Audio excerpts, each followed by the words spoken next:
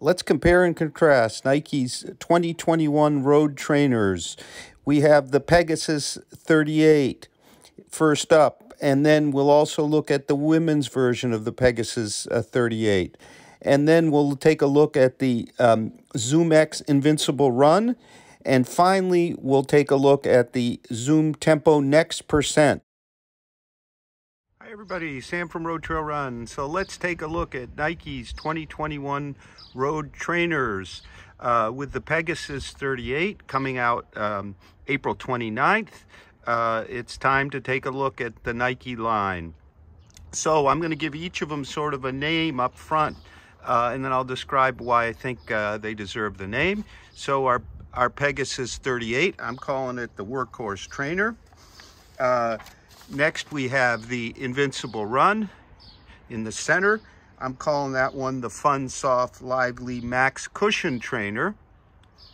And finally we have the Zoom Tempo Next %. That one I'm calling the Bionic Riding All Fast Business Option, All Business Option, the serious one. And then we're also going to take a look and compare the Pegasus 38 to the women's version, which I really like the black over there, the 37, and I have in the same size the 38 women's. Some significant changes actually to the women's. So let's dig in. The first part I'm going to do is I'm going to talk about the Pegasus 38, what are its changes, what I'm feeling already. I call it the workhorse trainer. So in terms of weight, it's 9.67 ounces, 274 grams in my US men's 8.5, and that is exactly the same weight as the women's 10 equivalent, but it's 0.8 ounces or 23 grams heavier than the women's Pegasus 37. So there's a gain in weight. I think it comes from the upper. We'll talk a bit more about that. But it's about 0.2 ounces, 6 grams. Is more than the 37 men's, the 38 is. So what are the highlights? Well, it's the most traditional riding daily trainer of the group. It handles all run types well, if not with the distinct and kind of sensations and personalities of the others. So it gets an updated air mesh upper on a last closer to the 36. So that means the fit is a little higher, a little broader. It's still a very secure kind of fit.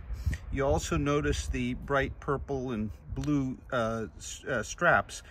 They extend all the way down to the midsole, whereas over on the 37, and I'll show you that, they were kind of leatherette things that only kind of held the laces. So we do have a change there. While we're looking at the women's Pegasus 37, it had a soft, thinner mesh, much softer and thinner than the men's version, and thus it was considerably lighter at the same size. Whereas over here we have a denser air mesh. The foot is really well held, but you can see this is a much more kind of forgiving fit than the 37 had, which was really kind of rough feeling.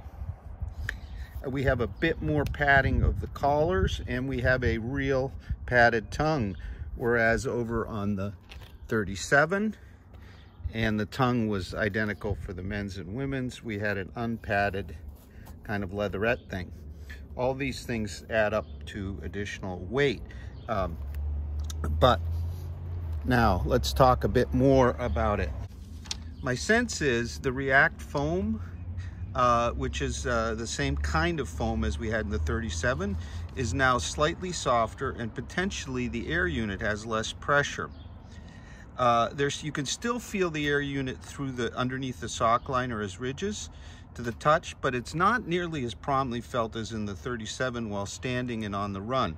So something has changed. I think by measurement, it appears that the foam may be a bit softer.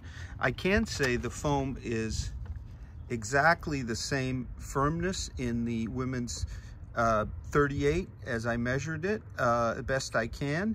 And on the run, the feel, as I ran side by side with the 37, it is a touch firmer in the women's than it was in 37, and a touch softer in the men's than it was in the 37. So what about the ride here? Well, the ride is dense, it's well cushioned, it's stable. There's some rebound you definitely can feel from our Zoom Air unit. It's not particularly snappy as, say, a plated shoe or plated over air arrangement like in the Tempo Next, we'll talk about in a sec, or the soft, bouncy, flexible kind of far to the front toe off of the Invincible with its all ZoomX midsole. I do appreciate the now softer React foam. It plays better with the Zoom Air for me. Less of a need to like kind of aggressively depress the air to get the rebound from it. I weigh about 165 pounds. Probably heavier runners and 4-foot midfoot strikers, as we found the 37, would like the air even better. But here it's more mellow, at least as far as I can tell. So overall, the Peg 38 is not the most exciting or modern ride of the three. However, it is a reliable choice for your daily training. You can pretty much do everything in it. It has a great outsole, unchanged as far as I can tell, and looking closely from the 37, you'll get a lot of miles out of it, and you can also do maybe a little bit of light trail in it. Often I've done that, and people have liked the Pegasus for trail due to its outsole and its stability.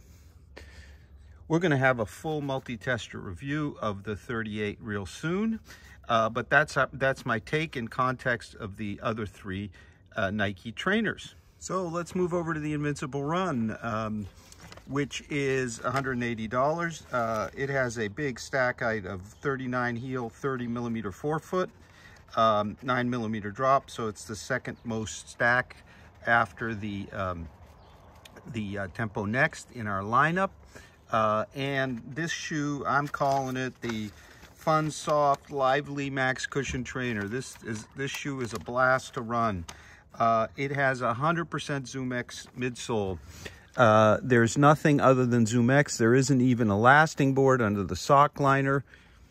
And it has a full coverage, fairly thin outsole. So there's nothing to get in the way of the experience of the ZoomX, which is in the Vaporfly and the Alphafly, but with all kinds of plates and carbon and even air in the Alphafly. So here it's pure ZoomX and it delivers. In terms of some of the other highlights, it's the easiest flexing at final toe off, whereas you can see there's a nice flex up front, whereas our Pegasus 38 has kind of a long flex that flexes past the air pod towards the midfoot. Here we have a final toe off flex. I would say it's the least stable of the group, although you can see it has a very broad heel geometry, and we have a rubber clip around the bottom of the heel counter to keep things stabilized. It's still, because of all the softness, even with the broad platform, I would say it's the least stable of the group. I've had no issues with it, but some folks really have struggled a bit with the softness. In terms of the foam, you're going to ask, well, how does it last? Does the ZoomX last? Yes, it does. We have testers that are getting well above 150 miles, including Jeff Beck, who weighs over 200 pounds, and the foam is showing no degradation, although you will see a bit of the creasing, characteristic creasing. So this should be have good longevity in terms of the midsole. It is the broadest platform, no question. So it's incredibly fun to run, very distinctly all ZoomX. So it has that soft, bouncy spring, with nothing else. The upper, let's talk about the upper. The upper is similar in fit to Pegasus, but lower over the toes, I think, and a little pointier. So the Pegasus 38 has a little bit more forgiving hold. The heel hold is good, but it's not quite the lockdown of the Pegasus. It's more plush, more padded. You can see the tongue is more padded. The mesh is kind of, I would say, a touch lighter It's more like a fly knit type mesh than the air mesh, which is a bit denser. Both are fine uppers, although I'd give the Pegasus 38 or the all kind of single layer 3D mesh of the Tempo Next, the Nod, in terms of uppers. It's a solid daily training option if you like soft and bouncy. It certainly loves to go fast. So this is one of the most fun shoes of the year. And it's definitely distinctly different than the Pegasus in personality or the Tempo Next. So let's talk about the Tempo Next next. The Tempo Next is the lightest shoe in the group at 9 ounces, 255 grams in an 8.5, so about 20 grams lighter than the other two. It has the biggest stack height at 45 millimeters at the heel, 35 at the forefoot, 10 millimeter drop. It is $180, same as the Invincible Run. So the highlights, it is well named as a tempo shoe. It has a React heel, unlike say the Alpha Fly, which is all ZoomX. So you get a very nice stable ride here. You've got ZoomX through the front, the giant air pod here, and then a little bit of softness up front for the final toe off. You can see the React foam extends through here also, so there's a bit of stability. Look at that wide outsole. I will say this is an incredibly loud clumping shoe on the road, quite polarizing in terms of its not only its appearance but also its kind of clumping ride. However, it is an incredibly fast trainer with a lot of deep cushion, if not the softest. It's definitely not as soft as the Invincible Run. We have not only the Air Zoom pod, but we have a carbon plate. So this is your up-tempo, long-tempo trainer. Let's talk about the upper, a beautiful upper here. It's a 3D zonal mesh. There's no stretch to it. The fit is actually probably overall for me the most voluminous in terms of overall volume, but with the least stretch, it just fits like a glove. I'd like to see the toe overlays there reduced a bit, but they are not a bother. There's very decent room in the shoe. You'll see that there is very little padding at the heel collars, much less than the others. No problem for me, but something to note. And then in there, through there, you can see the white and kind of a little bit darker shades. There's an underlay to keep you locked to the platform. So you are totally locked to the platform in this shoe. Really a secure fit, most secure of the group. Some of our testers, including Derek Lee in Singapore, use it as their favorite daily trainer.